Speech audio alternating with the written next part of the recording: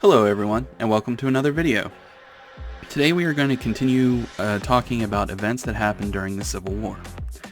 The first year of the Civil War. The Civil War started slowly. The first large battle did not take place until 3 months after the firing on Fort Sumter.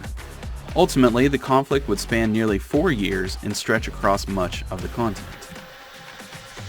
Stonewall Jackson rebuffs the Union. In July 1861, General Scott sent General Irvin McDowell and more than 30,000 Union troops to do battle with Confederate forces waiting outside Washington. The two armies met at Bull Run, a creek near Manassas, Virginia. In the battle's first hours, Union troops gained the upper hand, but a determined stand led by Confederate General Thomas J. Jackson sent them scrambling back to Washington.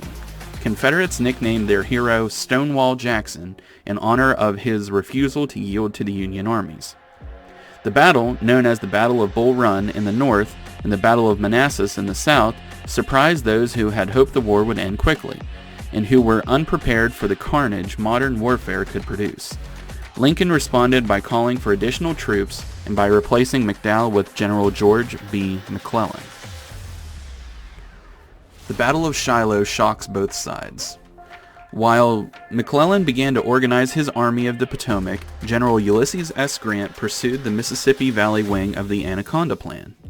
In February 1862, he directed the attack and capture of two Confederate strongholds, Fort Henry on the Tennessee River and Fort Donelson on the Cumberland River.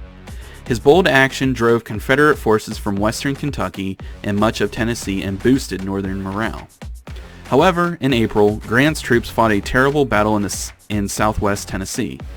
In just 2 days of fighting, nearly 25,000 Union and Confederate soldiers were killed or wounded.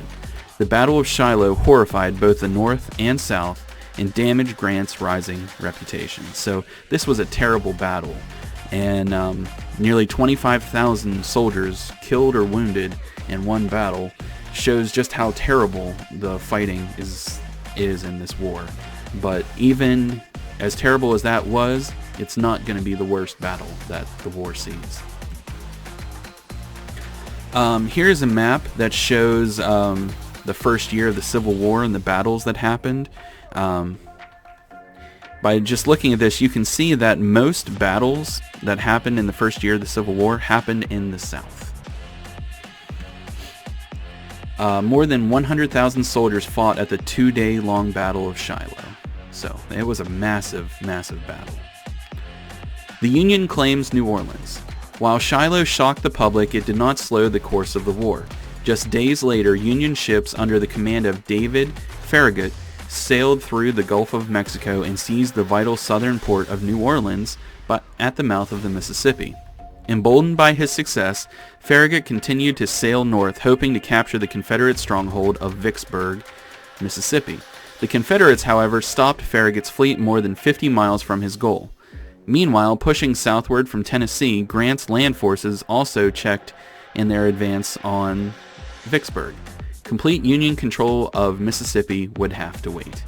So they're trying to take all of Mississippi, which was a vital state for the South due to having ports on the river and all of that, but the Confederates were able to successfully defend them. The Confederates lose the Southwest. The American Southwest held strategic value to both sides in the Civil War.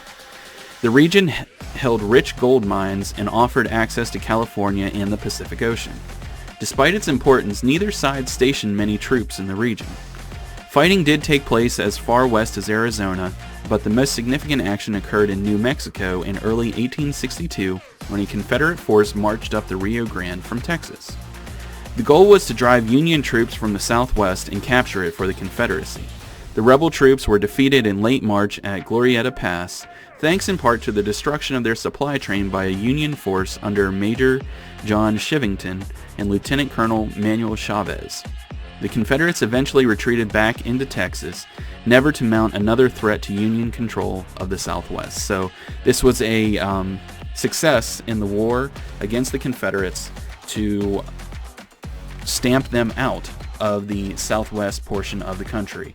While there wasn't a whole lot of settlement there, it was rich with resources, which made it very valuable. And one of the things that made their fight against the Confederates successful there was they were able to cut off supplies to their soldiers. And soldiers that can't get food, water, ammunition, or any sort of supplies, well, they're gonna lose that fight. The Union and Confederacy also vied for the loyalty of the Southwest residents, many of whom in the past had been treated as outcasts. The Union got help from Mexican-American militia in Texas, which worked to disrupt Confederate supply lines. Both sides also courted American Indian groups throughout the entire West. The Cheyennes were able to bargain with the Union government for land in return for their aid. The Confederates persuaded the Creeks and Choctaws to support their cause. They also sought support from the Cherokee Nation. The Cherokees, however, split over the question of which side to support. Such conflict within American Indian groups was not uncommon, as loyalties shifted during the course of the war. So Native Americans were tried to be brought in firmly on one side or another, and while certain tribes did side with the North or the South, their loyalties shifted during the course of the war because, well, they didn't want either side in their land. So it's easy to see why their loyalties would shift back and forth. Ironclad ships take to the seas. Few of the major battles of the Civil War took place at sea. However, one notable exception occurred in 1862 when the Union ship Monitor clashed with its Confederate opponent Virginia off the Virginia coast. The Union had hired a European engineer to design the Monitor as a model for a fleet of ships plated with iron armor. The Confederacy, meanwhile, had built the ironclad Virginia by refitting a Union ship previously known as the Merrimac. On March 9th, the two ironclads met in battle. Though neither ship emerged the victor, the contest signaled the beginning of the end of wooden warships.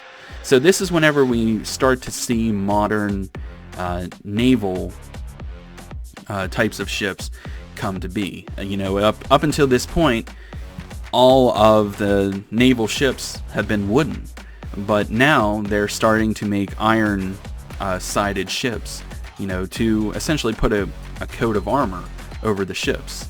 And now that this technology was available to be used, wooden warships are going to quickly become a thing of the past. So here we have a chart that talks about some of the early battles of the Civil War and talks about casualties and who the victory ended up going for. And just looking at this chart quickly, you can see that in the beginning of the war, the Confederacy had more successful battles than the Union did. So just by looking at how it went early on, you might think that the Confederacy is going to end up winning this war. A stalemate in the East. Now, stalemate is a term that comes from chess. A stalemate happens whenever neither player in the game of chess is going to be able to win. As I'm sure everybody knows, you win a game of chess by taking your opponent's king. Well, if the game has went in a way where neither player is going to have the pieces needed to take the other player's king, it might end in what's called a stalemate. And that is what the Civil War had kind of ground itself to in the East. While Union and Confederate forces squared off in the Mississippi Valley and farther west, major fighting in the East focused on the state of Virginia. As elsewhere, the outcomes did not prove decisive for either side. So a stalemate here means that there's going to be massive losses on both sides and neither side is going to win. The Confederate States of America established its capital at Richmond, Virginia, just over 100 miles from the Union capital at Washington, D.C. So both the Union and the Confederacy had their capitals within 100 miles of each other, which, that's, while it's still a fair distance, it's not that far away. General McClellan favors caution. Since taking command of Union forces after Bull Run, General McClellan had been planning what he hoped would be a decisive drive on the Confederate capital at Richmond, Virginia. A skilled leader beloved by his troops, McClellan was also very cautious. He did not want to execute his plan until he felt his troops were ready. McClellan's caution caused friction with Lincoln, who was anxious for military victories. Yet, even as he pushed McClellan to act, the president was unwilling to give the general all of the forces for which he asked. Lincoln insisted on holding a large force near the capital to protect it from Confederate attack. Makes sense. Stonewall Jackson's brilliant campaign in the spring of 1862 in the nearby Shenandoah Valley of Virginia increased Lincoln's concerns. By midsummer, Lincoln insisted that McClellan take action. Reluctantly, McClellan sailed his army southward across Chesapeake Bay. The force landed on a peninsula southeast of Richmond and then began its march toward the capital. For this reason, the action was called the Peninsular Campaign. General Lee's leadership holds Richmond. McClellan's army was actually larger than the force defending Richmond, but Confederate General Robert E. Lee led his troops skillfully. In a series of battles known as the 7 Days, June 26 to July 2nd, Lee took advantage of McClellan's cautious style. The Union advance stalled and McClellan retreated to Washington. After the retreat, Lincoln replaced McClellan. This move proved to be a mistake. At the Second Battle of Bull Run in late August, Lee's Confederates handed the Union a crushing defeat. Stonewall Jackson was instrumental in outmaneuvering a larger Union force and nearly destroying it before the Federals could retreat. The victory, known in the South as the Second Battle of Manassas, led Lincoln to return McClellan to command. Lee and McClellan would soon face off in the single bloodiest day of the Civil War. And that's going to be it for this video. If you have any questions, you know how to get a hold of me. I hope everybody's having a great day, and I'll see you again real soon.